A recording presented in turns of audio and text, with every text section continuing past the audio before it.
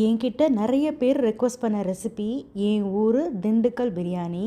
But இந்த பிரியாணி என்னோட ஃபேமிலியோட பாரம்பரிய ரெசிபி. அதாவது என்னோட மாமியார் 30 வருஷமாக செஞ்சு அதை எங்களுக்கு கற்றுக் கொடுத்த ரெசிபி. அதை எப்படி செய்கிறதுன்னு பார்ப்போமா?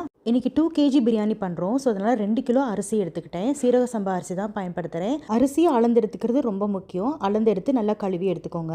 2 கிலோ அரிசிக்கு 2 கிலோ கறி எடுத்துக்கிறேன். முன்தொட கறி எடுத்திங்கன்னா நல்லா சுவையாக இருக்கும். அதோடு கூட மட்டனோட கொழுப்பு ஒரு 50 கிராம் எடுத்துக்கோங்க. இப்போ கறியை ஒரு 1.5 டம்ளர் தண்ணி ஊற்றி கொஞ்சமாக உப்பு சேர்த்துக்கோங்க. ஒரு 1/2 டீஸ்பூன் உப்பு, 1/2 டீஸ்பூன் மிளகாத்தூள் சேர்த்து ஒரே ஒரு விசில் விட்டு எடுத்துக்கிறேன். உங்கள் கறி எந்த அளவுக்கு வேகுமோ அந்தளவுக்கு வேக வச்சு எடுத்துக்கோங்க. எங்கள் வீட்டு பிரியாணிக்கு கரம் மசாலாவுக்கு நிறையா பட்டை சேர்ப்போம். பட்டை நிறையா எடுத்துக்கோங்க. கிராம்பு, ஏலக்காய், நட்சத்திர சோம்பு, கல்பாசி, இது ரொம்ப ரொம்ப முக்கியமான பொருள் எங்கள் பிரியாணிக்கு. அடுத்ததாக பிரியாணி இலை, சோம்பு இதெல்லாம் சேர்த்து நல்லா பவுடர் பண்ணி எடுத்து வச்சுக்கோங்க. அடுத்த ஸ்பெஷல் இன்க்ரீடியன்ட் கசகசா. இது 1 டேபிள் ஸ்பூன் அளவுக்கு எடுத்து சுடுதண்ணியில் ஊற வச்சுக்கோங்க. சின்ன வெங்காயம், இஞ்சி பூண்டுமே அளந்து தான் எடுத்துக்கணும். இப்போ அரிசி 4 டம்ளர்னா அதில் 1 டம்ளர் சின்ன வெங்காயம் சேர்த்துக்குவோம். அதே டம்ளரில் 1/2 டம்ளர் பூண்டு, 1/2 டம்ளர் இஞ்சி அளந்தெடுத்து அதையும் அரைச்சி எடுத்துக்குவோம். இப்போ வெங்காயமும் பச்சை மிளகாவையும் ஒன்றா போட்டு அரைச்சி அதையும் எடுத்து வச்சுக்குவோம். சின்ன வெங்காயம் ரொம்ப ரொம்ப முக்கியம் எங்கள் பிரியாணிக்கு. அடுத்ததாக 2 கிலோ அரிசிக்கு ஒரு பெரிய மூடி தேங்காவை உடச்சி எடுத்துக்கோங்க. அது கூடவே ஊற வச்ச கசகசாவையும் சேர்த்து நல்லா அரைச்சி பால் பிழிஞ்சு எடுத்து வச்சுக்கோங்க. அடுத்ததாக 2 கிலோ அரிசிக்கு நல்லா ஒரு பெரிய கட்டு மல்லி, பெரிய கட்டு புதினா இதை நல்லா சுத்தம் பண்ணி கழுவி எடுத்து வச்சுக்கோங்க. அடுத்ததாக 2 கிலோ பிரியாணி பண்ணுறதுக்கு 1 கிலோ தக்காளி பயன்படுத்துகிறேன்.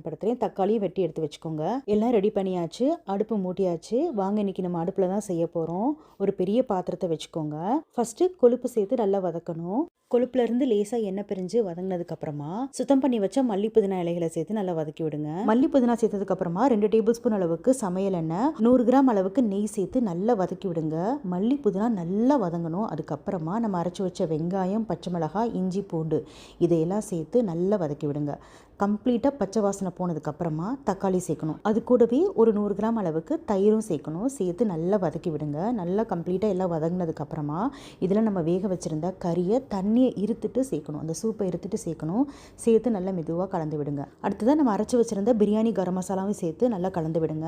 இந்த கிரேவியோட இந்த கரம் மசாலா சேர்ந்து அது மட்டனுக்குள்ளே நல்லா சுவரணும். நல்லா மெதுவாக கொஞ்சம் நேரம் கலந்து விட்டதுக்கப்புறமா மட்டன் வேக வச்ச தண்ணியும் தேங்காய் பாலையும் கலந்து வச்சுருக்கோம். 1 டம்ளர் அரிசிக்கு 1.5 டம்ளர் தண்ணி கணக்கு அந்த அளவுக்கு ஊற்றிக்கோங்க. தேவையான அளவுக்கு உப்பு சேர்த்து விட்டுக்கோங்க. உப்பு சேர்த்து விட்டு நல்லா மிக்ஸ் பண்ணி விட்டு தண்ணி நல்லா கொதி வந்ததுக்கப்புறமா நம்ம கழுவி இருத்து வச்சுருந்த அரிசியை சேர்த்து மெதுவாக கலந்து விடுங்க. இப்போ அடுத்ததாக திரும்பவும் 100 கிராம் அளவுக்கு நெய், முந்திரி பருப்பை வறுத்து அதையும் சேர்த்துக்கோங்க. சேர்த்து நல்லா மிக்ஸ் பண்ணி விட்டு நல்லா சமன் பண்ணி விட்டு அப்படியே மூடி போட்டு தம் போட்டுற வேண்டியதான். 20 மினிட்ஸ் தம் போட்டால் போதும்.